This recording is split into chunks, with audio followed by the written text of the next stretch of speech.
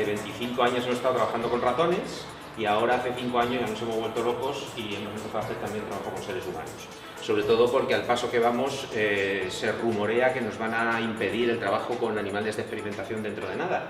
Así que nada, vendré a pedir voluntarios. De momento no necesitaremos vuestros cerebros. No viene a vender su libro, pero yo por si acaso lo he traído. Muy bien, así se hace, así se hace. De todas maneras, ahora os contaré una cosa. Ya, como ves, yo siempre para el último momento. Hace 10 días acabamos de sacar la segunda edición. Entonces no os compréis este, porque el que acaba de salir es lo mismo y 2 capítulos más. Y revisado, compraros ya el nuevo. Ejercicio físico y cerebro. Cerebro y ejercicio se llamaba, y el CSIC, siendo una segunda edición, no sé por qué, que bien viene esto para rellenar a ver si mientras tanto esto, pero me parece que se ha quedado ahí colgado. Bueno, el cacharrito va muy lento, pero va. Por razones que solamente el CSIC conoce, en lugar de hacer una segunda edición como Dios manda, le ha dado un ISBN nuevo, ha cambiado la portada y ha cambiado el título. Como si fuese un libro completamente diferente. Supongo que serán cuestiones editoriales de ingresos, ¿qué coño sé? De ingresos de ellos, porque yo... los libros que se tienen para el CSIC yo no cobro. O sea que... Vaya por delante que yo vendo mi libro para vender la imagen, porque yo no pillo ni un duro. Viene a vender su libro, pero él no cobra un duro porque no lo vende. ¿Cómo se llama ahora el libro? El cerebro en movimiento. Y es exactamente lo mismo que este, pero además revisado y actualizado, y 2 capítulos más. Uno de ellos vamos a dar una de las cosas aquí. Entonces, yo voy hablando mientras eso intenta hacer algo. Sí, tú vete dando la charla y ya reviso. Demostrando, que verá nuestro compañero, demostrando si sé algo o no sé algo, sin PowerPoint. Y bueno, lo que quería decir solamente es que los primeros 15 minutos que hay en la presentación es, que ya casi nos los hemos comido, pero voy rápido, es porque este taller de ejercicio hecho por el CSIC tiene el interés de que sea para todo el mundo. Para todo el mundo quiere decir que hasta ahora lo hemos dado en colegios, lo hemos dado en centros de salud, para adultos a todos los niveles, y también para médicos. Y el contenido es el mismo, lo que pasa es que lo vamos adaptando en función de a quién se lo contamos. Si se lo contamos a los médicos, les lleno la presentación de palabras raras como IGF-1, DNF y esas cosas. Primero porque lo entienden, y si no lo entienden les gusta aprenderlo. Mientras que si se lo digo a un público de centro de salud, pues evidentemente le digo IGF-1, DNF y me dicen a mí que me está mal. Entonces bajamos el nivel. Pero el contenido es esencialmente el mismo. A un público como vosotros, que me gustaría hacer un censo rápido, ¿hay médicos? ¿Hay técnicos de deporte? ¿O qué sois en general? ¿Qué tipo de función tenéis? ¿Te ha tocado? Yo soy técnico de promoción de actividad física. O sea, el de las preguntas. Yo soy licenciado en Ciencias de la Actividad Física. Vale. Profesor. ¿Alguno es médico o alguno...? Yo soy enfermera, yo fisio. Vale, enfermera, fisio, y bueno, supongo que por ahí van las cosas, ¿no? Más o menos. Perfecto. Yo soy jubilado de la octava promoción del INEF de Madrid. Nada menos. Tengo muchos años. Nada menos. Pues entonces, a la hora de adaptar este taller, he mantenido el esquema de seguir manteniendo una serie de cosas para que veáis cómo las encajamos y dónde las encajamos cuando se lo contamos a los chavales o cuando se lo contamos a los del centro de salud, porque les viene muy bien, aunque aquí por el perfil que estoy viendo os va a dar lo mismo, pero os voy a obligar a hacerlo. Es voluntario, si no lo queréis hacer, pues no lo hagáis. Pero sí vamos a hacer algunos ejercicios, porque esto no es solo una charla, es un taller, entonces en el taller hay que hacer cosas. Entonces, yo os invito amablemente a que me sigáis el rollo y lo hagáis, aunque evidentemente es evidente que no lo necesitáis. Bueno, es evidente, ya hablaremos luego eso de que es evidente que no lo necesitéis. Yo os veo delgados y eso no quiere decir nada, pero bueno. En principio, lo que yo haría en estos primeros 15 minutos, lo que hacemos es una prueba, que lo que hablaba con Gorka es que aquí no lo podemos hacer, y lo que hacemos es que nos ponemos todos pegados a la pared y empezamos a caminar, ¿vale? Entonces yo voy el primero, y se forma una cola y hasta donde llegue, ¿no? Entonces, yo de vez en cuando, durante unos minutos, empiezo a caminar más deprisa, más deprisa, más deprisa, más deprisa. La gente, si se choca con el de adelante, le tiene que adelantar, ¿vale? No se trata de una competición, no se trata de que se empuje la gente, no lo vamos a hacer, no entréis en pánico. Y llega un momento en que yo siempre adelanto a uno, entonces en cuanto le adelanto, deja de caminar, se va al centro y es el 1.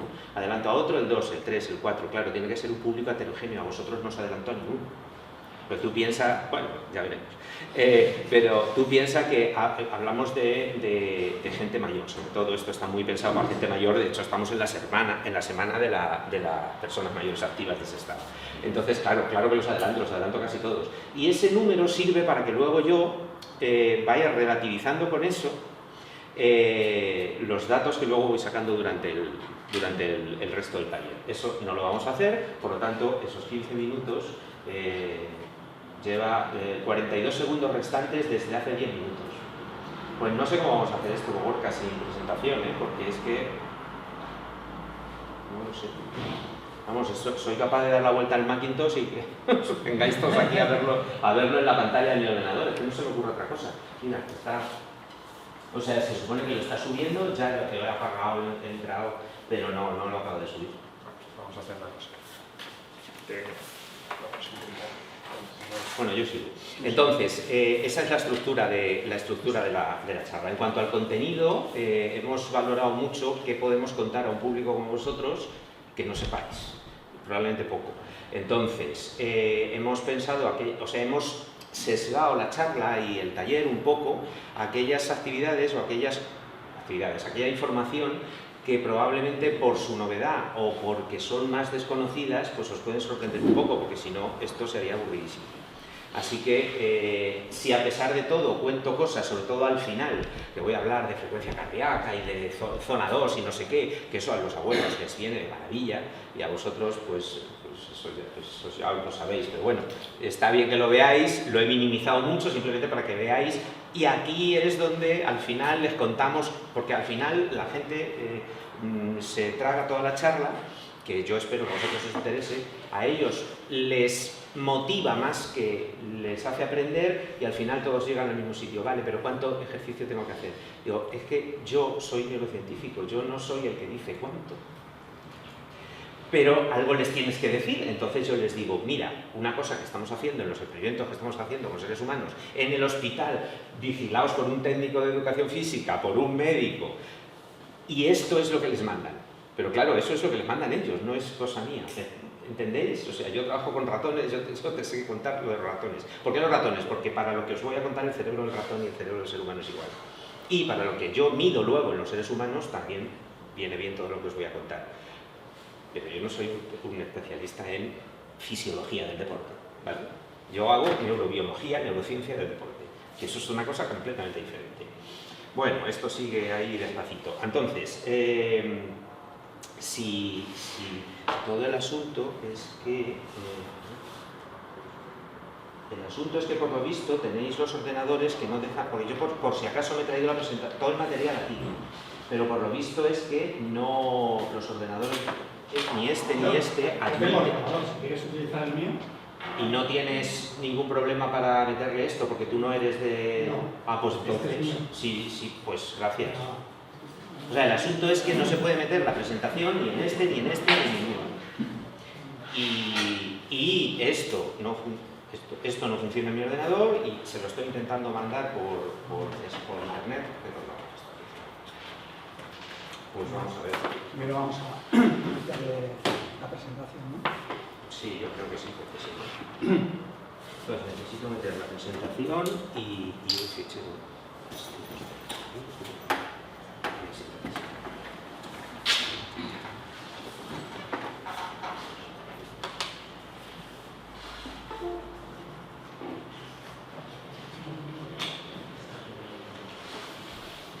Y aquí en Euskadi estamos trabajando con el Athletic de Bilbao, que vamos a hacer un experimento, no cabe llamarlo experimento, vamos a medir unos biomarcadores para ver para ver una serie de cosas que van a quedar muy claras ahora cuando veamos la charla de qué estamos hablando. Pero vamos, básicamente es epigenética.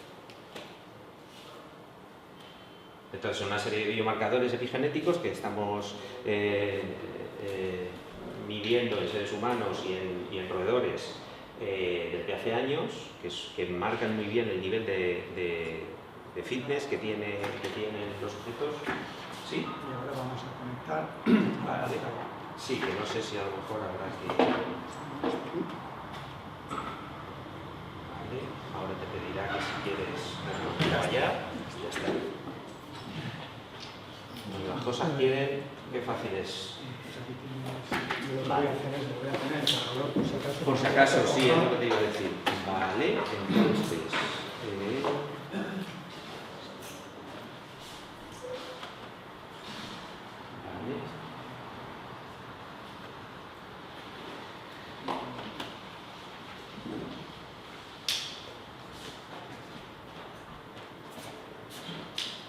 Pues lo ejecuto directamente desde el pendrive, ¿sabes?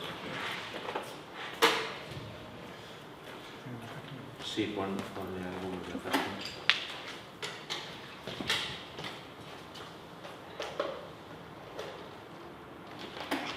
Vale.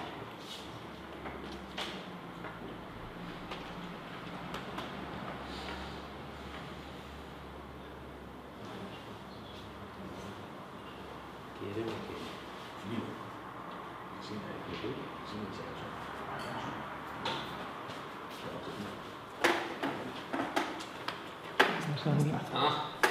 Pero cuando lo pongo... Es peleona, esta presentación, ¿Es peleona? ¿Por qué? Ya, porque no quiere. Está costando. Ya. Bueno, ahora es cuando puedo demostrar que no sé y que la que sabe es la presentación de PowerPoint todavía. Eso, vamos, me lo compro, esta frase. No sé a quién se la voy a decir. Vamos a ver, fuera. Ya está. Pues eso ya lo habíamos dicho. A ver, que yo aclare esto. Esto es la prueba previa esa que te digo, que lo ponemos a prueba. Y esto es la primera parte de la charla. Yo vengo del Instituto Cajal, así que como no vamos a empezar con Cajal. Cajal decía, este archivo no tiene ningún... Ay, Dios. Espero que eso no sea de esos mensajes que salen cada minuto. Decía Cajal que todo ser humano, si se lo propone, puede ser escultor de su propio cerebro, y a mí siempre me ha llamado mucho la atención esa bonita frase de camiseta, ese eslogan de camiseta que tiene de verdad y que tiene de real. Vaya, lo que me interesa es qué quería decir él con eso. Pues mira, él quería decir algo que probablemente ya sabéis, ya no voy a decir más lo de probablemente ya lo sabéis, si lo sabéis, pues aburrimiento, que es la plasticidad cerebral, la plasticidad neural. Cuando hablamos de plasticidad hablamos de la capacidad de cambio y de adaptación de las funciones y de la estructura de un órgano. En un extremo podemos hablar, por ejemplo, del hueso. El hueso no tiene plasticidad. Si lo intentas maniobrar, lo que vas a hacer es partirlo.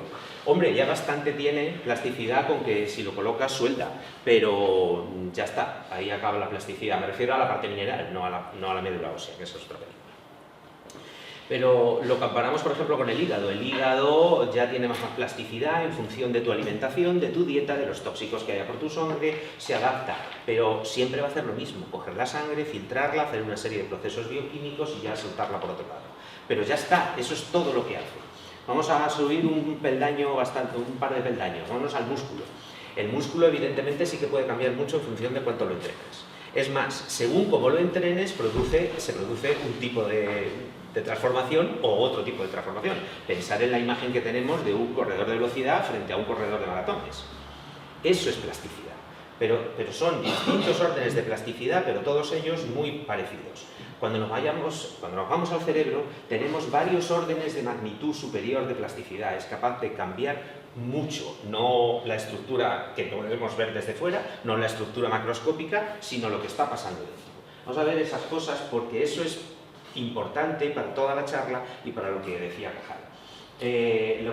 Lo primero que os quiero decir, y que yo creo que aquí es donde empiezo a reducir, empiezo a acotar y empiezo a intentar contaros cosas que yo entiendo que quizás no estáis tan familiarizados con ellas.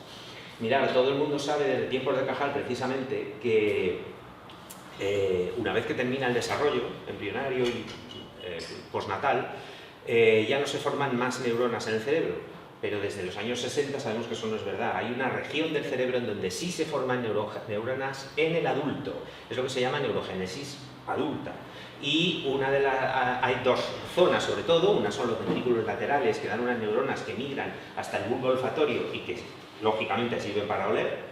La tienen todos los seres, todos los seres vivos, no, todos los animales, todos los mamíferos sobre todo, pero también hay en peces, en reptiles, etc.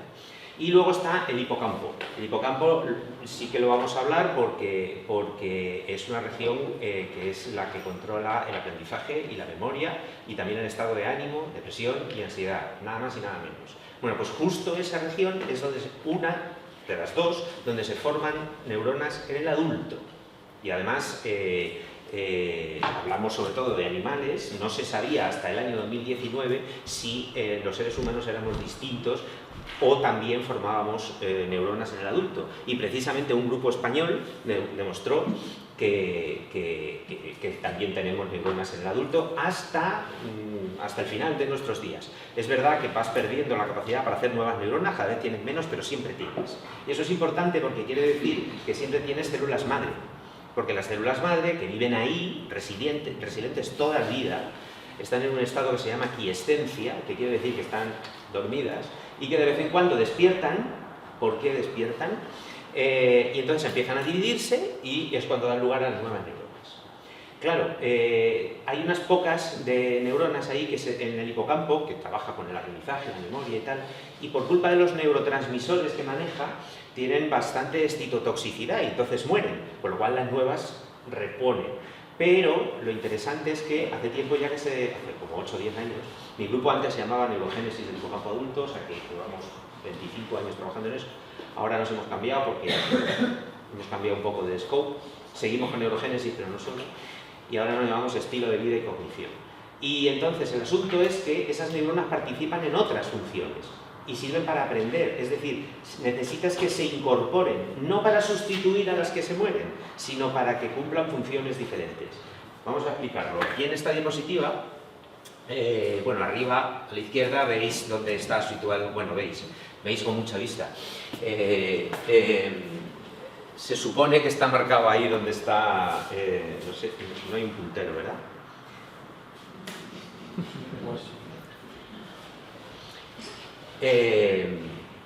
Se supone que está pintado ahí un poco en color rojo donde está el hipocampo. Bueno, y entonces ese hipocampo que veis en todas las imágenes tiene esa curvatura tan peculiar que alguien pensó que esa curvatura tan peculiar con la punta de flecha se parecía a un hipocampo, un caballito de mar. No sé dónde lo vio, pero por eso se llama hipocampo. Y entonces ahí es donde hay una capa de neuronas, ahí viven las células madre. Genial. Muchas gracias. El de abajo. Entonces, en el ratón, en el cerebro, esta zona es el hipocampo de un hemisferio y este es el hipocampo de otro hemisferio. Se llama hipocampo porque a alguien le pareció que esto se parecía a un caballito de mar y esta punta de flecha es donde veis aquí todas las neuronas de colorines. Todas las neuronas de colorines veis aquí y en la parte interna es donde viven las células madre. Esas células madre están constantemente dando lugar a otras nuevas neuronas de una manera basal, con una tasa de división basal permanente. Pero luego hay muchas cosas que pueden hacer que se dividan más y que se formen nuevas neuronas. Aquí, por ejemplo, os pongo como ejemplo un trabajo del año 2001, o sea, ya tiene 23 años, en donde lo que veíamos era como cuando pones a los ratones a hacer ejercicio, este es el número de nuevas neuronas que tienen los ratones sedentarios y en cuanto los pones a correr se dispara el número de neuronas. O sea, primer mensaje que igual ya sabéis o no, pero hacer ejercicio hace que tengas más neuronas en el cerebro, en aquel sitio donde se hacen nuevas neuronas, que es en el hipocampo. En la corteza, por ejemplo, pues no vas a tener más, porque ahí no se forman de manera regular nuevas neuronas, ni en el cerebelo, ni en el tallo cerebral, solo en el hipocampo. Pero es que eso es importante, porque el hipocampo participa en aprendizaje, memoria, ansiedad y depresión, nada menos. ¿De acuerdo? O sea que ese es un primer mensaje. ¿Qué tiene esto de relación con lo de la plasticidad? Pues mirad, ver, un momento. Esto es. ¿Qué cosas pueden cambiar con el ejercicio o con muchas otras cosas que pueden cambiar en el cerebro? Pues mira, lo primero que cambia es una cosa que se llama plasticidad sináptica. Se supone que aquí hemos representado un terminal axónico y la dendrita de una neurona. Para que os hagáis una idea, el premio Nobel de Cajal se lo dieron por descubrir que no todo era una red, sino que las neuronas eran independientes, porque entonces no se sabía que eran independientes. Entonces él descubrió que las neuronas tienen una polaridad, que tienen un cuerpo, un soma, que lo tenemos aquí, ¿vale? Y entonces la información entra por la dendrita, baja, esto también son dendritas, entra, pasa a través del soma y sigue por el axón. Y cuando el axón llega al final, no se toca con la siguiente neurona, están muy cerca, por eso creían antes que todo era la misma cosa, pero no se tocan, sino que hay un espacio entre ellas, el espacio que se llama sinapsis. ¿Vale? Entonces, lo que hace es que cuando llega la señal aquí, que es una señal eléctrica, suelta aquí los neurotransmisores, dopamina, noradrenalina, serotonina, lo que cada neurona tenga, pues, nombres que ya sabéis, se conectan a unos receptores y esto tira para abajo.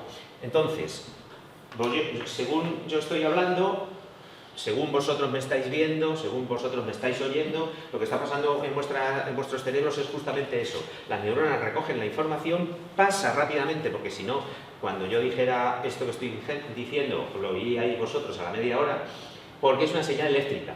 Y donde no es eléctrica, están tan juntos que es súper rápido, es muy rápido. Los neurotransmisores están prácticamente pegados, como quien dice, cuando salen a los receptores de la siguiente neurona, con lo cual esa es la forma en que funciona. Bueno, pues la cantidad de neurotransmisores, la cantidad de vesículas y la cantidad de receptores, que son los que hacen la eficacia de esa sinapsis, aumenta cuando esa sinapsis funciona mucho. O sea, lo de siempre, cuanto más uses el cerebro, mejor funciona. Pero ya sabéis una de las razones por qué. Porque tendrás al final del axón de una neurona, de todas las neuronas, más vesículas, tendrás más neurotransmisor y tendrás más receptores, con lo cual la información va más deprisa. Precisamente cuando aprendes algo, lo que se supone es que tú lo que vas a hacer es que esa sinapsis funcione muchas veces en el proceso de aprendizaje, y ese aumento en la cantidad de transmisores, de vesículas y de receptores es lo que hace que esa información se quede en tu cabeza, y es lo que llamamos memoria. Evidentemente, si no lo practicas, eso puede ir decayendo, o no, o se puede quedar ahí para toda la vida, depende de la relevancia de la información.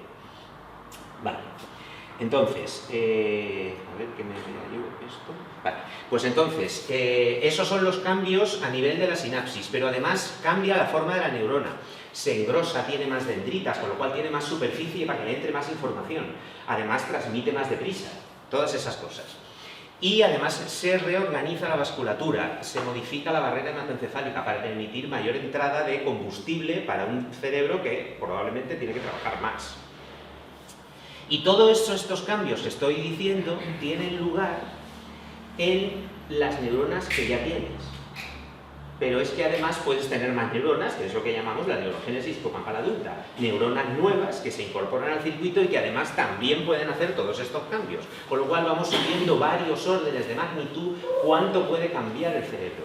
O sea, el cerebro desde fuera no cambia, no es como el músculo, sino que lo que cambia es las conexiones que hay dentro. Y para que os hagáis una idea de la capacidad de computación que tiene esto, vosotros sabéis que hay una persecución, una carrera mundial para conseguir un ordenador que tenga la capacidad de computación de un cerebro humano. Algunos diréis, pero no, eso no se ha conseguido todavía. Todavía no existe. El mejor ordenador del mundo es un ordenador que tiene en el Riken Institute de Tokio, que tiene la mitad de la capacidad de computación de un cerebro humano. Quiero decir, ni poniéndolos en paralelo. Si nosotros nos pusiéramos en paralelo, probablemente sería inasequible. Pero bueno, sí, nos estamos persiguiendo a tortas unos a otros. Así que como para ponernos a funcionar todos en lo mismo. ¿Qué quiere decir que todos esos cambios se producen? Que la neurona funciona distinto. Y que la neurona funciona distinto, ¿qué quiere decir? Que nosotros nos comportamos distinto. Y eso en la naturaleza sirve para que se ajuste lo que puede hacer el animal, el ser vivo, vamos, el mamífero, ser humano también, a las circunstancias de su entorno. Aquí lo hemos representado graciosamente como que cuando solamente hay un depredador, los ratones bailan. Si aumenta la presión de depredadores, pues más vale que el ratón salga corriendo. Es una manera en la cual se ajusta eso. Se ajusta tu conducta y cómo funciona se ajusta cómo es tu cerebro, cómo funciona tu cerebro y por lo tanto cómo me comporto yo, cómo nos comportamos todos, en función de la necesidad. ¿Por qué? Porque todo cuesta mucho. Combustible y maquinaria biosintética. Entonces, si tú no necesitas salir corriendo, todo tu cerebro produce menos información, tiene menos demanda de trabajo y entonces todo se reduce porque cuesta mucho. Ya no forman nuevas neuronas, formas las mínimas, las sinapsis se reducen, todo se reduce. Y eso me sirve para introducir que ese es el problema de la plasticidad. La plasticidad no es solo para bien, es para todos lados. Y luego hablaremos de por qué tiene eso sentido biológico. Es decir, si no usas nada tu cuerpo, si no usas nada tu cerebro, al final hay una serie de cosas que no van a cambiar porque son genéticas y es, las neuronas tienen el soma, una dendrita y un axón. Eso no te lo quita nadie. Pero la profusión de dendritas, la sinapsis, las vesículas, todo eso puede ir a más y a más y a más y a más y a más. Una persona, por ejemplo, que esté estresada, no sé si tengo alguna imagen aquí, no, va a tener una neurona que si la miras parece un cable pelado, mientras que la otra está profusamente llena de dendritas y de axón. De axón solamente hay uno, pero tiene vesículas, sinapsis, etc. Eso quiere decir que una situación normal, en la que no haya ni estrés ni mucha actividad, bueno, pues es una posición intermedia. Entonces, tú puedes mejorar plásticamente, pero también puedes empeorar. A eso es a lo que se refería Ramón y Cajal con todo ser humano puede ser escultor de su propio cerebro, de tu cuerpo, de los músculos y de algunas otras cosas también, y de metabolismo, pero Cajal se refería al cerebro porque nunca mejor que con el cerebro, comparado con el resto del cuerpo, tú puedes modificar cómo funciona tu cerebro. Esa es la plasticidad. Claro, teniendo en cuenta el precedente que os he dicho, sería importante ver qué cosas cambian el ejercicio. Pues mirad, todas esas cosas que cambian, no la estructura básica de la neurona, sino cómo de bien funciona, es lo que marca la diferencia entre la genética, que eso no lo cambia nadie, bueno, sí, a no ser que tengas una mutación, pero claro, ahí ya son palabras mayores, probablemente conduce a una enfermedad o a la evolución.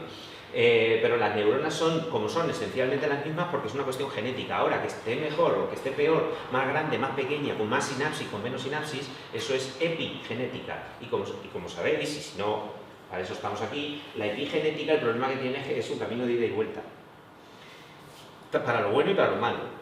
Entonces, me gusta mucho poner esta imagen que es de hace muchísimos años y es muy naif porque sigue siendo válida a pesar de los años que tiene. Fijaros, la dieta, la época del año, las variaciones diurnas, por supuesto si tienes enfermedades, si te drogas, el estado financiero, que mucha gente me pregunta por ello y si tenéis interés luego podemos hablarlo, por supuesto el ejercicio, que es en lo que nos vamos a centrar, microbiota, drogas. También pongo esto de medicina alternativa porque algunas veces hay cosas curiosas que hablar aquí, depende del tiempo que tengamos. Las interacciones sociales y, por supuesto, el estado psicológico. Es decir, todas esas cosas influyen en cómo funciona tu cerebro a través de mecanismos epigenéticos que en la investigación, en la biología experimental, intentamos empezar a controlar. Empezamos a intentar manipular, ¿de acuerdo? Así que nada, vamos ya con el ejercicio. Y te empiezo también con una imagen de hace mucho tiempo de la Organización Mundial de la Salud. Yo me meto mucho con la OMS, todo el mundo elige sus batallas y yo hace mucho tiempo que decidí meterme con la OMS, no sé muy bien por qué, pero es divertido por lo mucho que se enfadan. Luego os contaré anécdotas. Pero mira, por una vez la OMS hizo esto. Aquí lo que veis en el eje X, de izquierda a derecha, es los diferentes niveles de intensidad y aquí medido genéricamente, de una manera no científica, los beneficios para la salud. Y veis por la línea amarilla que cuanto más ejercicio haces, pues más beneficios. Hasta que, claro, llegas a un momento en que, bueno, aquí han pintado con una línea discontinua doble. Esto es muy curioso porque es una de las cosas importantes de las que yo quiero que hablemos hoy. La OMS puso, hace ya 20 años, esta imagen como que a partir de un punto, aunque sigas aumentando el ejercicio, ya no obtienes más beneficio, o incluso pierdes. Lo puso con línea discontinua porque en esa época eso no se sabía, pero ahora ya, 20 años después, ya hay bastante información de qué es lo que le pasa al cerebro cuando haces diferentes intensidades de ejercicio. Y entonces eso lo dejamos para el final porque es interesante. Lo que es interesante es que determinadas partes del cuerpo, especialmente el músculo, se ha descrito que tienen esta curva así, en donde a partir de un cierto punto ya no mejoras, pero no pierdes. Pero el cerebro no es así. El cerebro lleva otra curva, que es la que vamos a ver luego. Por lo tanto, si ponemos en la cabeza todo lo que hemos dicho de plasticidad, vamos a ver qué es lo que hace el ejercicio. Hemos puesto aquí a una persona y en la silueta intencionadamente la hemos puesto andando. Luego veremos por qué. Y entonces aquí veis una micrografía electrónica de muchas sinapsis. Esas sinapsis que veíamos, pues en realidad se ven así. Aquí, esta de aquí está llena de vesículas y esta zona engrosada, que parece que está en contacto con la otra, pero en realidad está separada. Si la vierais un poquito más grande, veríais que hay una hendidura ahí, ¿vale? Bueno, pues esa hendidura es justo la sinapsis. O sea, en ese espacio tan pequeño se liberan los neurotransmisores y ya de ahí no se escapan, porque en cuanto han pasado la información, el axón lo recupera. Entonces, digamos, esto es un axón, el final de una neurona, y esto es la dendrita, el comienzo de la siguiente. Hasta aquí llega eléctrico, esto es químico y continúa eléctrico, por eso va tan deprisa. Y esto es una típica neurona de Purkinje, un dibujo de Cajal. Fijaos el árbol dendrítico que tiene, este es el soma y este es el axón, ¿vale? Y entonces el ejercicio lo que hace es aumentar la eficacia sináptica, la forma de la neurona, que tiene cada vez más dendritas y más sinapsis. Las mitocondrias cada vez son más eficientes. Hablo de las mitocondrias del cerebro. Todo el mundo, a nadie se le escapa que, pues claro, cuando haces ejercicio, las mitocondrias del músculo cambian. No, estamos hablando de las mitocondrias que le dan el combustible a las neuronas del cerebro y a los astrocitos, a todas las células del cerebro. Ese cerebro va a funcionar más, va a funcionar mejor y además necesita más combustible para todo eso. Por lo tanto, las mitocondrias también funcionan mejor. Y además, como hemos dicho, aumenta el número de neurogénesis, el número de neuronas nuevas que llamamos neurogénesis. Estas son fotos de mi laboratorio, aquí veis en rojo, esta es la famosa punta de flecha del hipocampo, del giro dentado, y estas en rojo son las nuevas neuronas. Luego aquí este dibujito representa a alguien que viene de una zona lluviosa y porque va caminando o corriendo, pues pasa a una parte soleada. Bueno, la imagen naif para representar los efectos antidepresivos del cerebro y los efectos ansiolíticos, pero además también tienen efectos sobre la cognición, y especialmente en los mayores. Y las buenas noticias, como sabéis, es una frase que habéis oído muchas veces, es que da lo mismo que hayas sido sedentario toda tu vida, en el momento en que te pongas a hacer ejercicio todavía puedes tener beneficios, y esto se sabe en seres humanos que ocurre, pero además sabemos qué ocurre y por qué, que es lo que no sabemos, no podemos averiguar en seres humanos. Sabemos por qué ocurre haciendo experimentos en ratones. Sabemos toda la biología molecular y toda la genética y la epigenética que hay detrás de esas mejoras. Para que os hagáis una idea, nosotros tenemos en el laboratorio modelos de ratones de Alzheimer, lo cual, dicho así, es extraño porque realmente los ratones de Alzheimer, pero bueno, se pueden inducir y hacer una serie de cambios y manipulaciones genéticas para que sean modelos de Alzheimer. Y efectivamente, cuando llegan a los 18 meses, que no es mucho para un ratón de laboratorio, es el equivalente a tener 60, 70 años, estos, menos, sí, entre 55 y 65, estos animales desarrollan problemas cognitivos serios. Si tú los pones a hacer ejercicio, cuando tienen 18 meses, lo primero que se observa es que viven un poco más. Lo segundo que se observa es que la progresión de la enfermedad va más despacio. Nunca dejan de tenerlo, porque es una cuestión genética. O sea, por mucho que hagan ejercicio, pero sí lo retrasas. Y sí tienen más health span, no lifespan. O sea, viven más, pero lo importante no es que vivan 2 meses más, es que el ratón no vive más de 24 meses. Por ahí. Sino que el tiempo que viven mejor, lo sabemos porque podemos hacerles pruebas de conducta social y vemos que efectivamente tienen una conducta normal con sus congéneres dentro de la jaula. O sea que si eso lo trasladamos a seres humanos, pues no me extraña que con los mismos mecanismos que sabemos que existen, los seres humanos también mejoren cognitivamente. Ok, bueno, Todo esto, con más o menos datos, a vosotros os he llegado algunos datos más técnicos, pero más sencillos, se lo contamos a los mayores y más o menos como a vosotros, a los chavales, que a los chavales les encanta saber. Y este es precisamente un resumen que está sacado del libro este de Cerebro y Ejercicio. He venido a hablar de mi libro. Entonces, si os fijáis qué es lo que pasa con un cerebro envejecido, veis que precisamente todas las cosas que podían cambiar en forma de plasticidad, justo todas esas son las que, obviamente, son las que cambian en un cerebro envejecido. Se deteriora la comunicación, lo que estamos diciendo, entre neuronas y también con la glía. Hay un deterioro vascular, hay inflamación, estrés oxidativo, disfunción mitocondrial, reducción de las células madre, que es lo que hace que tengas menos neurogénesis. No, pues claro, se puede sacar la foto. Sí, esto está publicado. Y como no te vas a comprar el libro, este libro te vas a comprar el siguiente. Podéis hacer fotos de todos. Hay un par de diapositivas que son datos que no están publicados, que vienen luego, y eso sí os voy a pedir que no hagáis foto, ¿vale? Y en cambio, cuando tú te pones a hacer actividad física, pues le damos la vuelta a la tortilla y nos vamos al otro extremo. O sea, no es que normalicemos, sino que nos ponemos en el mejor, en la situación más óptima. Se optimiza la transmisión nerviosa, se incrementa la circulación cerebral, menos inflamación, etcétera, etcétera. Aumenta la función mitocondrial y hay mayor recambio de células madre, que es lo que técnicamente consideramos que es que hay más neurogénesis, hay mayor formación de neuronas. ¿De acuerdo? Nada, esto es simplemente para enseñar que esto ahora está aquí.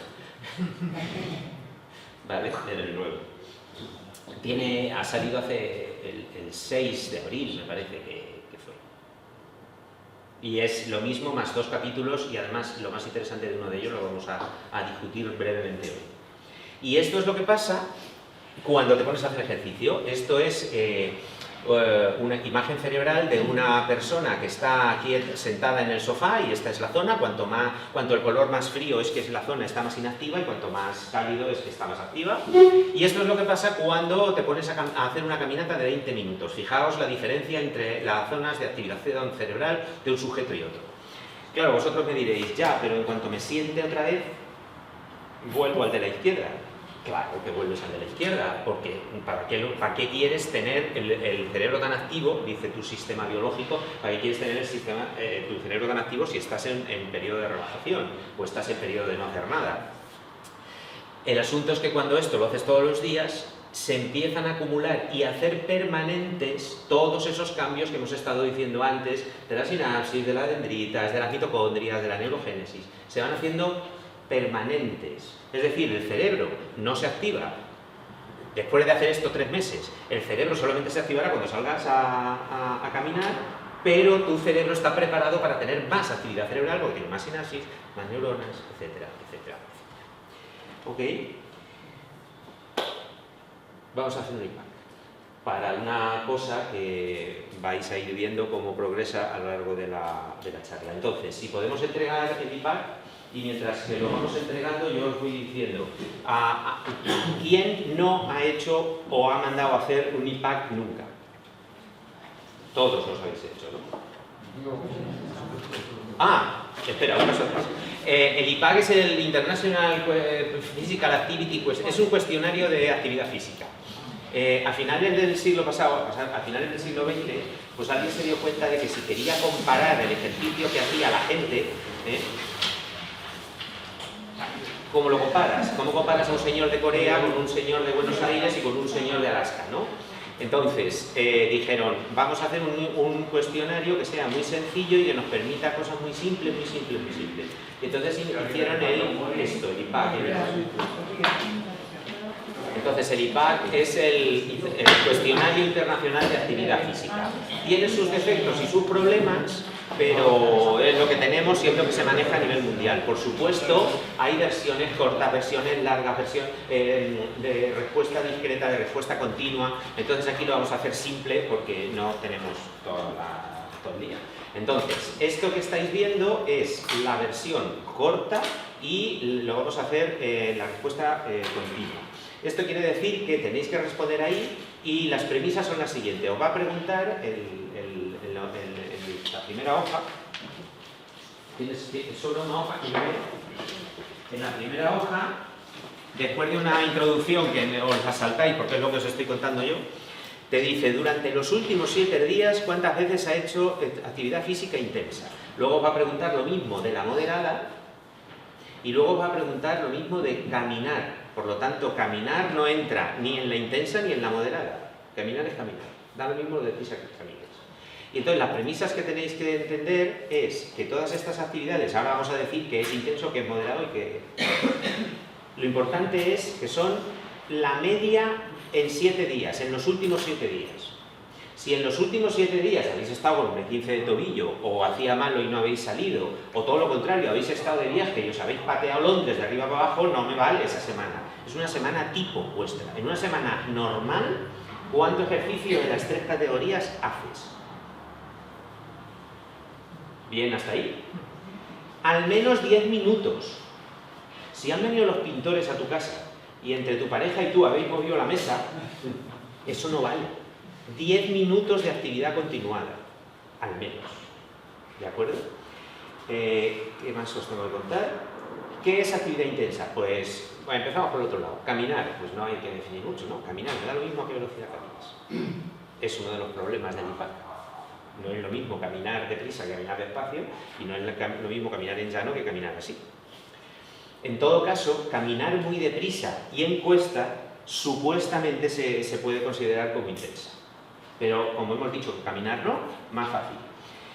Moderada, ahora nos vamos al otro lado. Intensa, cavar, hacer ejercicio muy fuerte, practicar deportes de manera muy intensa, practicar cualquier ejercicio muy intenso, pero también, si te has pegado una paliza durante 4 días o todas las semanas, a cuidar tu jardín y, vamos, que te pegas unas palizas tremendas, eso también, aunque no sea ejercicio ni deporte. Si, no sé, en fin, tiene que ser ejercicio que hagas más de 10 minutos, que lo hagas regularmente, en una semana tipo estándar, dividido entre caminar de cualquier forma, actividad intensa es muy intensa y moderada es todo lo demás. Todo lo demás, es decir... Para definir la intensidad se suele utilizar test del agua. Ya, pero sí. esto es una manera sencilla de explicarlo. En el IPAC no se entra en esos detalles porque esto está destinado a ser autoinformativo, para que se lo des a un señor de Corea y diga, ah, vale, y a una persona independientemente de su nivel cultural, con tal de que solo sepa leer. Lo estabas explicando. Sí, seguro, pero quiero decir que no vamos a entrar ahí. Entonces, como lo vamos a hacer en la lectura, en la respuesta continua, no discreta, entonces, olvidaros de todo eso de los días por semana y no sé qué, necesito los minutos a la semana. Es decir, si tú sales a correr correr, un entrenamiento serio de correr, 3 días, 1 hora, pues 180 de intensa, 180.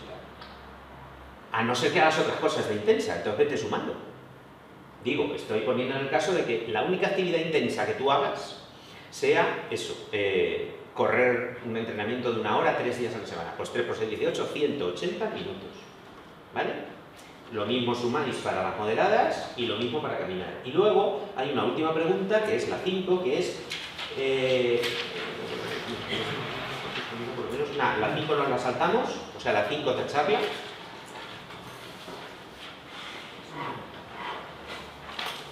Ah, si es que ay, por Dios, es que mis chicos me han traído el de Santa Fe, no el otro. No, el de 5 es el de caminar.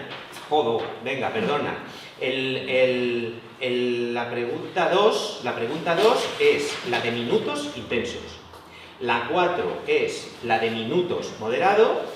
Y la 5 es la de cuánto camina. ¿Vale? ¿De acuerdo?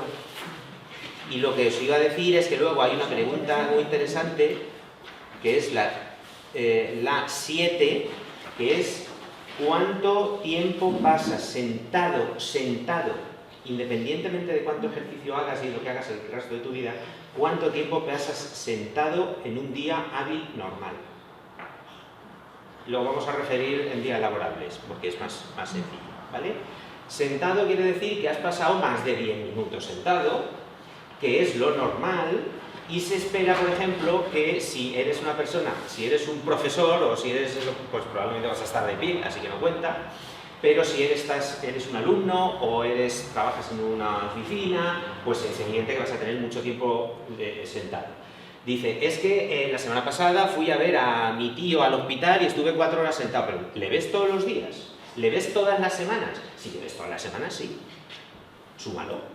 Pero claro, si vas solamente un día, quiere decir que estás 4 horas sentado. Eso lo tienes que sumar al resto de tiempo sentado que pasas a la semana y dividirlo entre 7. Parece muy complicado, pero vamos a tardar 5 minutos en hacerlo. Entonces, ahora, por supuesto, preguntas y dudas ahora o después mientras lo hacemos, pero vamos a darle una vuelta a ver si ha quedado claro a la hora de repasarlo. Sí, la unidad, tú has comentado para poner los minutos de toda la semana, ¿no? Pero aquí para minutos por día. Entonces, lo ponemos semana independientemente. Es minutos por días porque necesitas esa información para hacer la lectura discreta. La lectura discreta. Os lo cuento porque en este foro, este es el foro para contar estas cosas. La lectura discreta y la lectura continua. A ver, esto sirve para calcular los METs. ¿Sabemos todos más o menos lo que son los METs? Sí. Vale. Pues entonces, lo que vamos a hacer básicamente, lo que hacemos en todos los talleres es correlacionar los METs con la capacidad cognitiva. Básicamente ya os he descubierto qué es lo que vamos a hacer. En vuestro caso no va a quedar muy bonito porque no sois un grupo heterogéneo. Cuanto más heterogéneo mejor, porque hay gente de mucha actividad, de poca actividad y en el medio. Entonces, claro, se estira la muestra y entonces luego queda muy bonito. Pero para que veáis cómo lo hacemos y lo hacemos in situ en una mañana, ¿no? Entonces, salga como salga, vamos a ver cómo ha salido también otras veces. Pero vamos a hacer este grupo. Lo primero que hay que saber es que va a ser voluntario, por supuesto todo es voluntario, lo podéis hacer si queréis y no.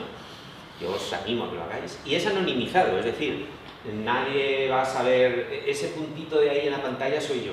Bueno, depende, porque si os conocéis mucho igual sí podéis decir este soy yo y este fulano. Pero bueno, en principio van a ser unos puntos en la pantalla. Y entonces, para eso necesitamos los METs y los test cognitivos. Entonces, los METs los vamos a sacar del IPAC para que veáis cómo se trabaja con un IPAC, bueno, muchos ya lo sabéis. Y entonces, hay 2 maneras de contarlo, discreto y continuo. En el discreto, que no lo vamos a hacer hoy, en el discreto es importante los minutos acumulados de la semana, los cuantos días de la semana, etcétera, etcétera, etcétera. Y entonces luego se clasifica a la gente como gente que tiene un nivel de fitness aquí, aquí y aquí, ¿vale? Los de aquí son los que tienen menos de 2 días a la semana con no sé cuántos minutos, los del medio son los que tienen entre 2 y 4 días a la semana y los de la parte alta, que están súper en forma, son los que tienen más de 4 o 5 días de no sé qué. Eso aparte de que es un engorro, al final, luego en el Excel hay un algoritmo que te lo traduce en METs continuos sumatorio de semana. ¿Vale? Ese es el fácil, porque no tienes que andar pensando cuántos días, no sé qué, porque además es un follón rellenarlo así deprisa. Si tienes tiempo y te lo llevas a tu casa, vale. ¿Por qué? Porque tú tienes que decir, bueno, vamos a ver, es que yo voy a correr los lunes y los jueves 1 hora, pero luego los martes media hora y luego los no sé qué. A ver, como lo que quiero son los días, por día, necesitas poner que voy 4 días, pero luego necesitas sumarlo, dividirlo. Mira, vamos a sumar los minutos por semana y luego yo ya aquí tengo un algoritmo preparado que lo traduce en METs directamente, que es esas cosas que hago yo luego durante vuestro descanso. ¿De acuerdo? Entonces, empezar a rellenarlo ya. Esto no es una competición, no os mintáis a vosotros mismos ni a mí porque no sirve de nada, no digáis que hacéis más ni menos ejercicio que el que hacéis. Y eso, recordar que es una semana tipo y que es un ejercicio de al menos 10 minutos.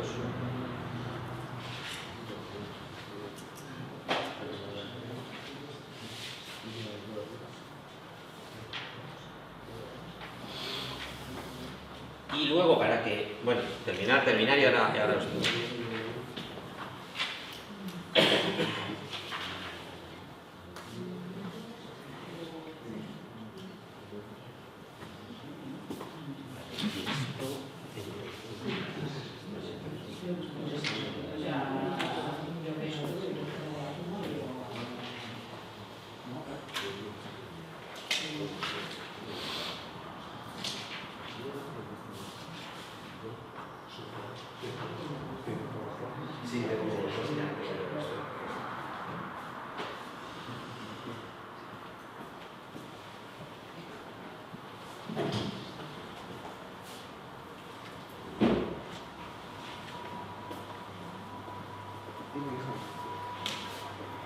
O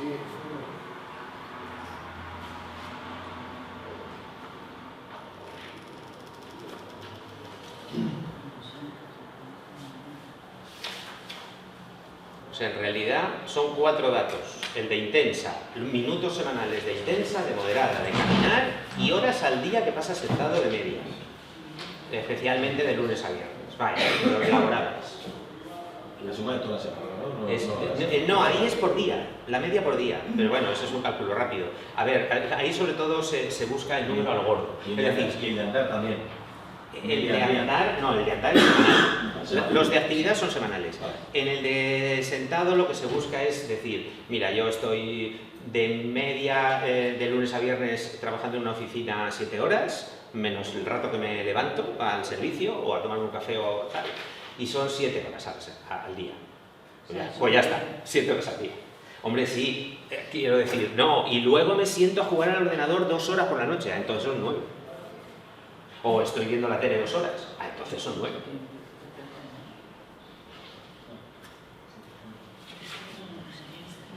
¿Ya está? Bueno, ya algunos vais empezando a terminar ya, o más o menos, Necesito que hayáis terminado todos por una cosa. ¿Sí? ¿Más o menos? ¿Tú lo has hecho también? Vale. Entonces, como es anonimizado, pero yo lo tengo que correlacionar con lo demás, la única manera que tengo es de las hojas que vamos a ir haciendo durante el taller de hoy, recogerlas siempre en el mismo orden. Porque si no, entonces no sé quién es quién. Entonces empiezo por ti. El compañero entiendo de terminar. Si alguien no ha terminado, usted.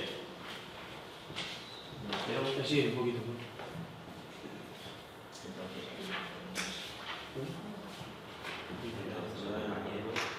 Gracias por los mensajes avisándome de que había proyectos que he recibido 4 o 5, que estaba dando vueltas de buscando el ordenador, se agradece. Claro, porque iba a pedir a ver si nos dejaban los pues al empezaba a llegar mensajes y todo. Al final el ordenador de... Luego te doy los datos del ayuntamiento para que... Dime. Lo de sentado lo dejamos minutos por día. ¿El qué? Lo de sentado es horas por día. Horas al día. Vale. Y ahora dice, no estoy sentado nada.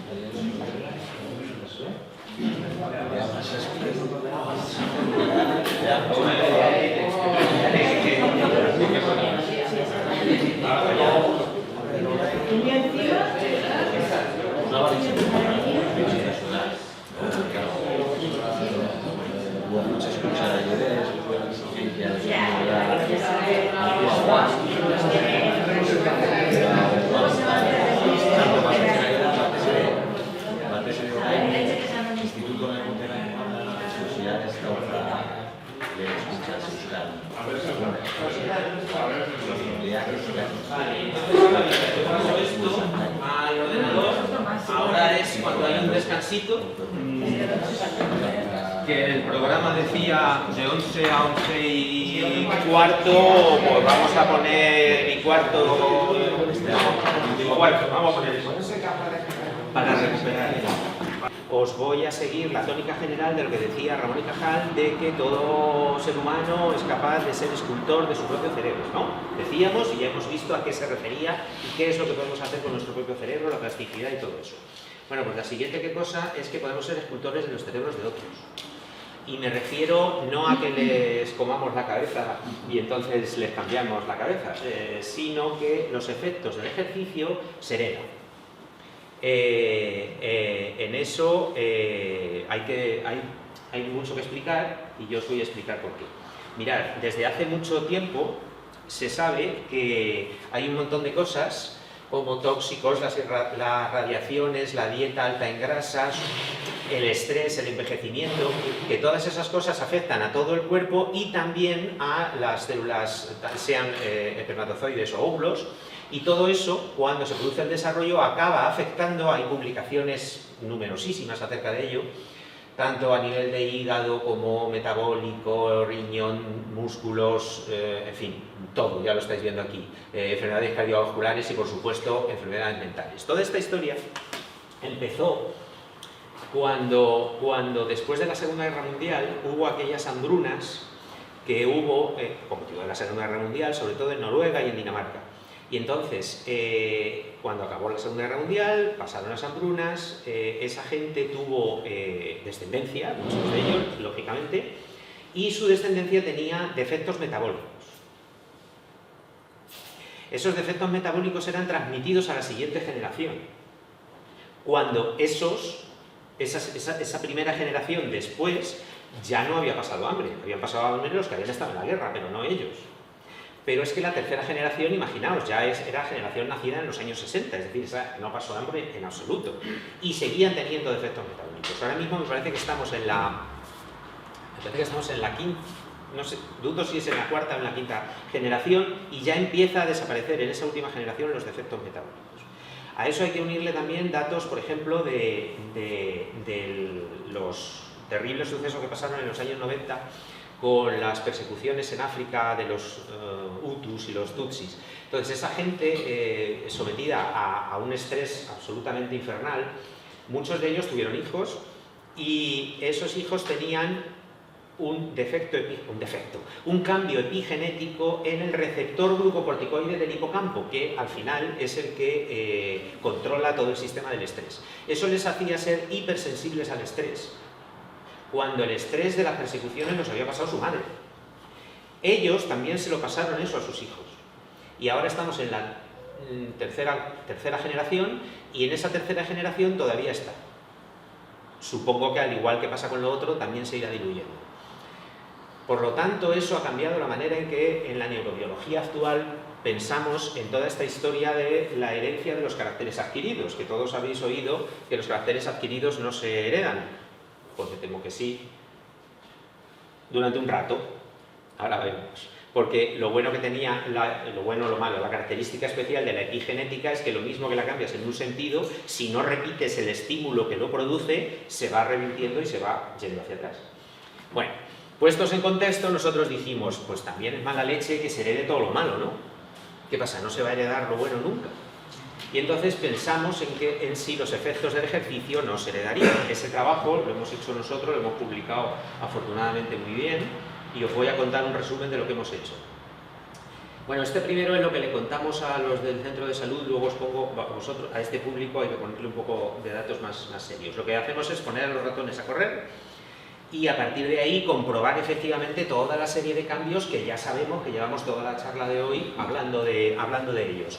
Hay cambios en las mitocondrias, hay cambios en las neuronas, hay neurogénesis en el hipocampo, esa es una foto del laboratorio, y hay cambios genéticos y cambios en los microRNAs. Los microRNAs, que yo creo que todo el mundo sabe lo que es, y si no, pensar en las vacunas del COVID, que ahora ha estado de moda, que muchas de ellas eran de ARN, pues estos son ARNs de cadena muy corta, por eso el nombre de microRNAs. Hay microRNAs para todo. Hay microRNAs que se asocian con cáncer, con diabetes, con problemas metabólicos, con todo. Y también hay microRNAs que se asocian con el estado de fitness del sujeto, aunque eso empieza a haber hay todavía muy poca información.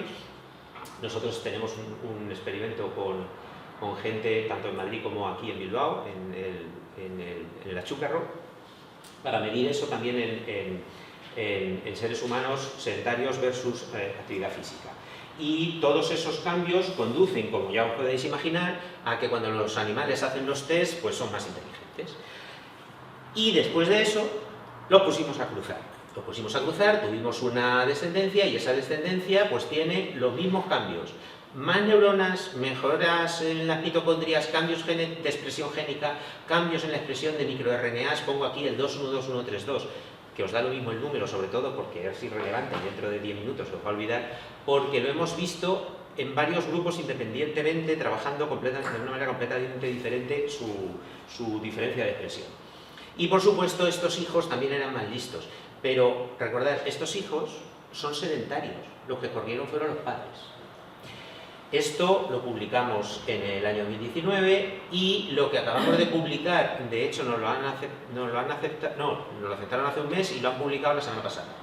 Y es que pusimos a cruzar a estos, obtuvimos los nietos, por supuesto sedentarios, hijos de sedentarios y nietos de corredores. Y esas crías tuvieron los mismos cambios. Intencionadamente lo pongo cada vez más pequeño porque se está yendo, se está diluyendo. Evidentemente esperamos que la cuarta generación ya no tenga ningún cambio, porque serían tus bisabuelos los que corrieron. Tú no vas a mejorar porque tu bisabuelo o tu tatarabuelo corriera, porque además es un ejercicio moderado, como ya veremos. Esto es lo que le cuento a la gente, pero a vosotros os voy a contar algo más, un poquito más duro. Esto es lo mismo, pero esto es lo que vemos los científicos en los artículos científicos. Básicamente lo que vemos es que les hacemos varios test. Uno de ellos se llama reconocimiento de objetos. Ponemos dos objetos y cuando ya se han aprendido los objetos, le cambio uno por otro.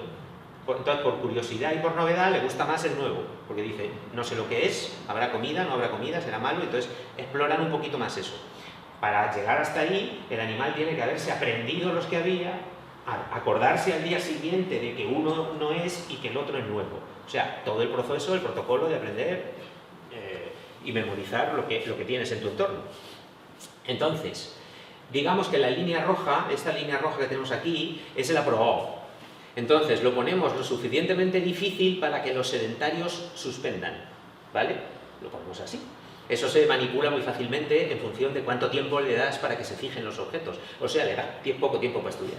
Si le das poco tiempo para estudiar, pues llega un momento en que suspende. Entonces, aquí tenemos, los rojos están por debajo de la línea y los azules están por encima. Lo mismo si le haces a corto que a largo plazo. Es decir, ¿cuánto han corrido para llegar ahí? Han corrido 40 minutos al día. Piensa que el animal es sedentario. Sedentario de lo bueno, vamos, es que no hace nada. Y solo con que corra 40 minutos a una velocidad muy moderada, velocidad moderada es para un ratón, en el treadmill es aproximadamente entre 15 y 20 centímetros por segundo, es el equivalente a hacer un trotecito ligero. Un trote ligero con 40 minutos y de repente ya tienen más neuronas, ya tienen mejoras en las mitocondrias, ya tienen mejor salud. De hecho, si utilizas modelos genéticos de Alzheimer mejoran mucho cognitivamente, se ralentiza la progresión de la enfermedad y encima se alarga el lifespan, o sea, el tiempo de vida. Pero además mejoran cognitivamente. Claro, vosotros diréis, bueno, a lo mejor esto es una peculiaridad de este test. No, le hicimos otros muchos tests. Por ejemplo, en este test no tienen que distinguir qué objeto es nuevo, sino simplemente es que les pones dos objetos en unas posiciones y este se lo pones en otra, ha cambiado de posición. Claro, si tú se lo pones que cambia mucho de posición, es muy fácil darse cuenta de eso no estaba ahí ayer. Claro, si se lo mueve muy poco es muy difícil. Tan difícil como que el sedentario suspenda. Entonces ponemos el corredor a correr y a detectarlo y entonces veis ahí que está claramente distinto el corredor en azul del sedentario en rojo y además por encima de la línea, que es como a prueba. Luego, de todas las pruebas que les hacemos, hay pruebas que no cambian, pero otras sí. La inmensa mayoría cambia.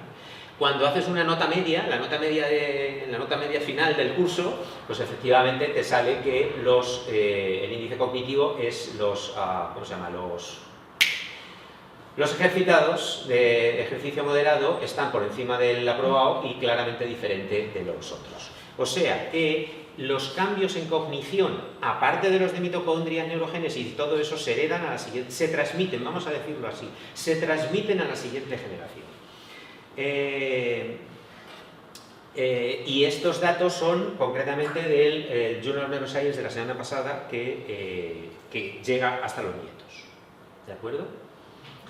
¿Y cómo se media eso? Pues eso se media a través de microRNAs. Bueno, aquí en este heatmap no vamos a entrar en la descripción porque es muy complicado. Lo que sí os voy a enseñar en este tipo de representación se llama vulcanoplot porque parece un volcán. Yo no sé si es porque el volcán explota o es porque el volcán está boca abajo. Bueno, yo no le puse el nombre. Entonces, el vulcanoplot básicamente lo que está representando es aquí en rojo y en azul los diferentes microRNAs que ha cambiado su expresión del sedentario al ejercitado, ojo, del nieto del sedentario al nieto del ejercitado, y que son los que están sobreexpresados o infraexpresados con respecto al control, el sedentario, y esto se ha obtenido en hipocampo. Esto es importante porque los microRNAs que os decía antes se transmiten a través de los espermatozoides. Y por mecanismos que todavía nadie ha estudiado, nosotros estamos empezando el experimento ahora, eso se acaba transmitiendo con una cadena de acontecimientos a los microRNAs que controlan neurogénesis, eficiencia mitocondrial y otra serie de cosas en el hipocampo cuando el animal es adulto. Porque cuando decimos que los nietos y los hijos son más listos es cuando llegan adultos. ¿De acuerdo? Entonces hay que ver por el camino qué es lo que ha pasado. Pero vamos, ya os digo que esto, el paper primero, el de los hijos, es del 2019 y este es del 2024. O sea, apenas estamos descubriendo el fenómeno, ahora es cuando hay que descubrir realmente qué es el mecanismo. Y la manera de saber que este es el mecanismo de los microRNAs es porque André Fischer, o otro investigador, en colaboración con nosotros, lo que hizo fue una cosa muy chula, que es que cogió óvulos fecundados de un animal sedentario y le puso los microRNAs que él pensaba, que pensábamos todos, que era el que llevaba la información a la siguiente generación. Por lo tanto, esos animales que venían de padre sedentario y de madre sedentaria deberían ser normales, pero eran más listos solo porque se les había metido el microRNA. Y lo contrario, se cogieron los espermatozoides del corredor y se unieron con un óvulo, normalmente, y ahí se metió un bloqueante del microRNA, con lo cual estabas bloqueando el factor que se supone que se está transmitiendo a la siguiente generación para que sea más lista, y ya no era más lista. De esa manera es como se supo que esos microRNA son al menos una de las razones por las cuales se está transmitiendo la información. Para aquel que esté interesado, los cambios epigenéticos pueden ir por muchas vías. Alguno habrá oído hablar de la metilación de las histonas, de la acetilación de las histonas. Todo eso lo miramos y no estaba cambiado. En cambio, esto sí. Lo que quiere decir que probablemente ha pasado desapercibido, pero cuando he dicho lo de la hipersensibilidad de los hijos de las persecuciones Hutus y Tutsis que tenían alterado un receptor del hipocampo, ese receptor del hipocampo estaba metilado. Uno de los tipos de cambios de mecanismos epigenéticos. Este es otro, los microRNAs. Parece que los microRNAs se asocian con cambios más rápidos y más lábiles, mientras que la metilación se asocia con cambios mucho más duraderos y mucho más heavies, ¿no? Y bueno, esta información es académicamente muy valiosa. Aquí no tiene más sentido que sepáis que estos microRNAs son los que se están transmitiendo. Lo que esperamos es que algunos de estos microRNAs del hipocampo se puedan detectar de alguna manera en sangre, si no estos, algunos parecidos, porque de esa manera nosotros podríamos, con un simple análisis de sangre, determinar, usar estos biomarcadores como un biomarcador, o sea, estos microRNAs como un biomarcador del estado de fitness de una persona. Huelga decir que hay muchos de estos microRNAs asociados con estrés y con agotamiento, con fatiga, etc. Con lo cual sería muy útil tener ese perfil, especialmente en clubes deportivos en donde la información que nos transmiten es que la gente miente mucho. La gente miente mucho porque sabe que si dice que le duele algo, no juega. Y no se da cuenta de que está jugándose una lesión, pero quiere jugar. Y entonces, con un análisis de sangre, probablemente pues no haya que preguntarle a la persona, ¿tú cómo te encuentras? No, si ya lo sé, mira, ¿quién es este marcador? Pero bueno, eso está todavía muy lejos. Eso es precisamente lo que vamos a hacer con el Athletic de Bilbao. ¿Por qué? Porque hemos encontrado que algunos de estos microRNAs correlacionan con el estado cognitivo de los ratones. En este caso hay una correlación negativa, pensar que no todo es a mejor o peor porque suba o baje, sino puede ser muchas veces lo contrario. Por ejemplo, imaginaos un microRNA que lo que hace es controlar que las células madre de la neurogénesis que decíamos antes se dividan. Tú tienes que inhibirlo para que haya más neurogénesis, o sea, no todo es subir. Entonces, en este caso, hay dos microRNAs, 144 y 298, dentro de 10 minutos se nos ha olvidado el número, es igual, es irrelevante. Lo que hace es que cuanto menos tienes, más capacidad cognitiva. Y está asociado con la neurogénesis, con el aumento de neurogénesis. Por cierto, estos ratones que corren 40 minutos a velocidad moderada están así 3 meses. ¿Vale?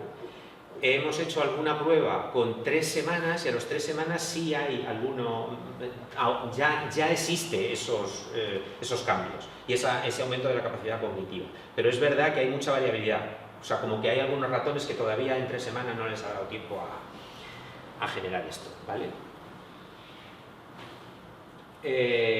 Nada, y solamente termino diciendo que de todos esos microRNAs que tenía el hipocampo de los nietos, hay 12 que ya tenían los padres y que ya tenían los abuelos. Con lo cual, esos son muy buenos candidatos para ser los que, de una manera o de otra, están modificando el hipocampo y las capacidades cognitivas de los 3. Lo digo porque el siguiente experimento sería coger e inyectarles directamente en el cerebro a ratones sedentarios algunos de estos microRNAs. Siempre que hago esto me preguntan, pero dentro de un tiempo, si esto va bien y se hicieran todos los protocolos necesarios, ¿se podría a un ser humano inyectar estos microRNAs? Bueno, para mí eso ya sería doping. Pero no lo sé si el compañero a lo mejor también tiene su propia visión, pero yo creo que los microRNAs dentro de un tiempo van a acabar siendo un tratamiento. Ya veremos hasta dónde y cómo y cuándo, porque ya sabéis que estamos hablando de microRNAs y no conocemos todo de los microRNAs, y si no, mirar lo que está pasando con la vacuna del COVID. Pero eso es simplemente investigación, horas, dinero y hacer experimentos y ver qué es lo que está pasando. De momento en los ratones, que es donde nos dejan hacerlo, de momento, en los ratones está funcionando. Los ratones sedentarios les pones el microRNA en sangre, el microRNA se los apaña para entrar en el cerebro, atravesar la barrera hematoencefálica, entrar en el cerebro, aumentar la neurogénesis y producir cambios. Incluso si el microRNA se ha introducido en el óvulo fertilizado. Bueno, pues todo eso. ¿Conocíais esta historia o no? ¿No? Bueno, pues mira, ya os he contado algo. Conocíamos lo de las vacunas, ¿es algo parecido? No, lo que estoy diciendo es que lo que está pasando con las vacunas, como ya te he dicho que mi deporte favorito es meterme con la OMS, con las vacunas lo que ha pasado es que por razones obvias, que no hay que explicar, razones muy obvias, no ha habido tiempo para experimentar con ellas bien. Ya está, ahí lo dejo. Se me nota mucho, ¿no?, lo que quiero decir, ¿no? A ver, lo que quiero decir es que, como no ha habido tiempo, pues puede haber una serie de incidencias de efectos secundarios que son normales y que existen con todos los tratamientos, y que cuando tú tardas 10 años en desarrollar una vacuna, pues te da tiempo a experimentar todas esas cosas. Los 10 años van a pasar, pero ya nos las hemos puesto. Bueno, entonces, simplemente lo que estoy reivindicando es que haya más experimentación, nada más. No, pero no es el mismo mecanismo. No, me refería a que lo que no podemos hacer es, uy, qué resultados más bonitos, vamos a inyectar microRNAs. No. Pero, ¿por qué no? ¿Por qué no? Es decir, vamos a llevar todos los protocolos de experimentaciones, de permisos, de todo para llegar a ese punto. Para eso hay que tener muy establecido, muy currado, muy sólidamente demostrado el efecto preclínico en ratones, y luego ya veremos. Pero luego ya eso saltará de mi guerra, porque eso ya saltará a médicos, que son los que hacen estos ensayos clínicos. Yo soy neurobiólogo y los ensayos que hago, los experimentos que hago son o con ratones o con seres humanos a los que no les inyecto nada. Les mido biomarcadores, y la intervención que hacemos es una intervención de ejercicio multicomponente o lo que sea, pero nada más. En cuanto al tipo de ejercicio, Luis, que claro, estás hablando de una cinta, de trabajo más tipo cardiovascular, en el caso de trabajo de fuerza. ¿Te refieres aquí? Sí, o lo que dicen los estudios sobre esas modificaciones en los microRNAs, dependiendo del tipo de ejercicio. Esto es tan reciente relativamente que hay muy poquito trabajo. El grupo de André Fischer y otro en Japón han hecho trabajo de esto y ven que la cosa es tan sutil que si haces ejercicio de fuerza tienes unos microRNAs cambiados, y si haces resistencia y ejercicio aeróbico son otros. O sea, hasta ese nivel de sutileza llegamos. Pero el mecanismo es el mismo, microRNAs. Entre otros, no va a ser el único. En biología experimental nos gusta mucho hacer tal cosa produce tal efecto, y siempre se da la sensación de que ese efecto solo se consigue con esa cosa y esa cosa solo produce ese efecto. Nunca, la biología nunca es así. Esto produce muchos efectos y para llegar aquí a lo mejor hay muchas cosas que hacer, pero no solamente una. Pero claro, tú has hecho el ensayo que has hecho. Entonces yo puedo decir que los microRNAs producen este efecto en los ratones que corren así, así, así, así. ¿Eso quiere decir que no hay otros cambios? Sí, lo que pasa es que yo no los he detectado, pero a lo mejor llega otro mañana y dice, ah, no, también la fetilación de no sé qué. Ah, vale, ya está. O la lactoilación, que ahora está muy de moda, los residuos lactato, esos que se pegan por todos lados. Entonces, el mensaje no es que... ¿cómo se dice? El santo grial sean los microRNAs, sino que los microRNAs son un factor mecanístico, epigenético, que está produciendo este efecto. Y en cuanto a tipos de ejercicio, se ha visto de momento en todos, pero no los mismos microRNAs. Bueno, en todos, en los de fuerza y en los de resistencia. Y ahora vamos a ver otra cosa también que yo creo que también os va a interesar. Bueno, entonces estamos consiguiendo el efecto de que aunque sois un público más o menos especializado, alguna cosa que os cuento sorprende, ¿no? Lo de las nuevas neuronas, por lo menos, lo de que se hereda. Bueno, pues vamos ahora ya con la siguiente parte. A ver, son las 12. Bueno, está bien porque ahora venía que íbamos a hacer la siguiente demostración, así que como no lo vamos a hacer, mirad, esto ha salido un poco feillo, pero está, ahí estamos todos. Este es el fácil, el de las 25, y hombre, yo no diría que hay una correlación muy maravillosa, ¿no, compañero? Yo no creo que haya una correlación muy maravillosa, pero sí hay una cosa que llamamos tendencia. Si a esto le pasáramos una regresión, probablemente nos diría que hay una pequeña recta aquí, con muy poquita pendiente, y probablemente incluso no sea significativa, pero es que claro, es que somos 16 o 17, no es lo que somos. Pero esa era la idea. Esa era la idea. Eso se repite más o menos en todas las pruebas. Esta es la de 25, esta es la de 50, la de 50 no nos va a salir tan bonita por este señor o señora que no sabemos quién es, pero bueno, hay algo. Si hiciéramos la recta de regresión seguramente que nos salía.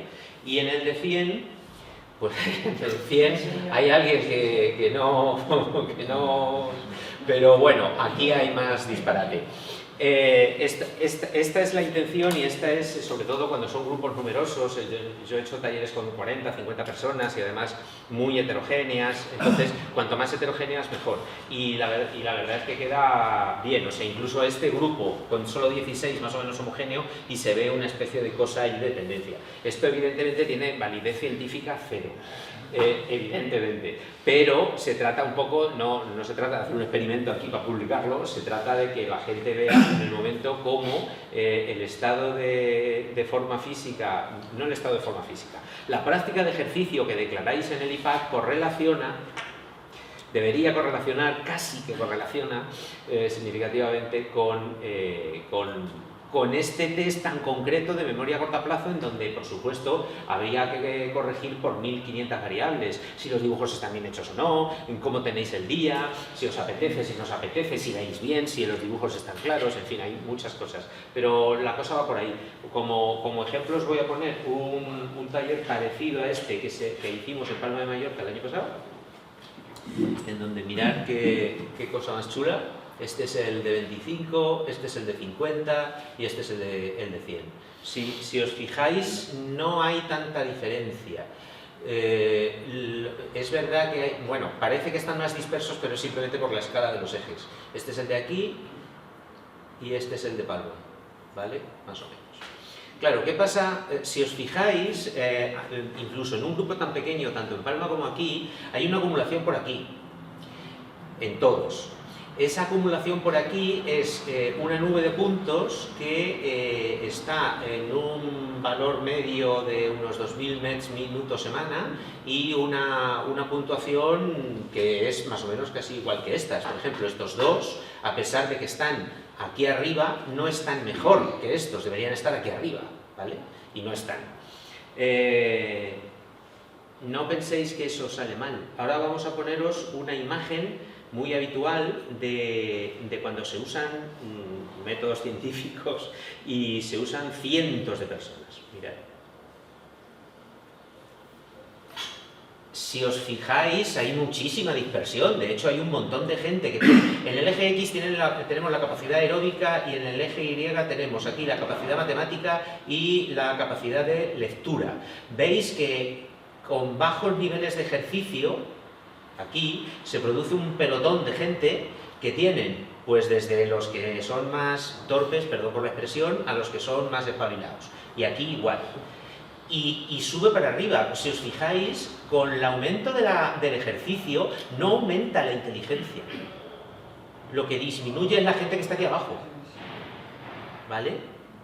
O sea que veis que hacemos aquí una prueba mal hecha, deprisa corriendo, aquí jiji, jaja, y con solo 16 personas y nos sale exactamente el mismo planteamiento, el mismo perfil. Aquí la curva les sale pues muy mona, con una R cuadrado de 0,2 y de 0,1, con una pendiente bastante guapa aquí, 0,68, 0,57, eso es la pendiente de la recta. O sea, quiero decir que está bastante bien lo que hacemos aquí y lo voy haciendo por donde lo voy haciendo correlacionaría si hubiera suficiente gente y estuviera mejor hecho. Pero veis que ahora que habéis visto cómo se produce cuando se hace un estudio de estos, mirad el aspecto que tiene el nuestro. Este es el de Palma y este es el nuestro. Este ha salido de aquella manera. Mirad estos tres, que son, junto con este, que son los que más ejercicio hacen, están más arriba de estos. O sea, esta está incluso bien. Esto se cumple con 25 en este grupo. Con 50, bueno, hay uno que lo hace muy bien a pesar de no hacer demasiado ejercicio, y en el 3 ya aquí se produce, en el difícil se produce esto, no sale mejor por esta persona, que no sabemos ni queremos saber quién es. Ay, yo sí quiero saber. Es muy fácil de averiguar, pero no, ¿eh? Vale. Visto esto, vamos a por la última parte del taller, en donde yo...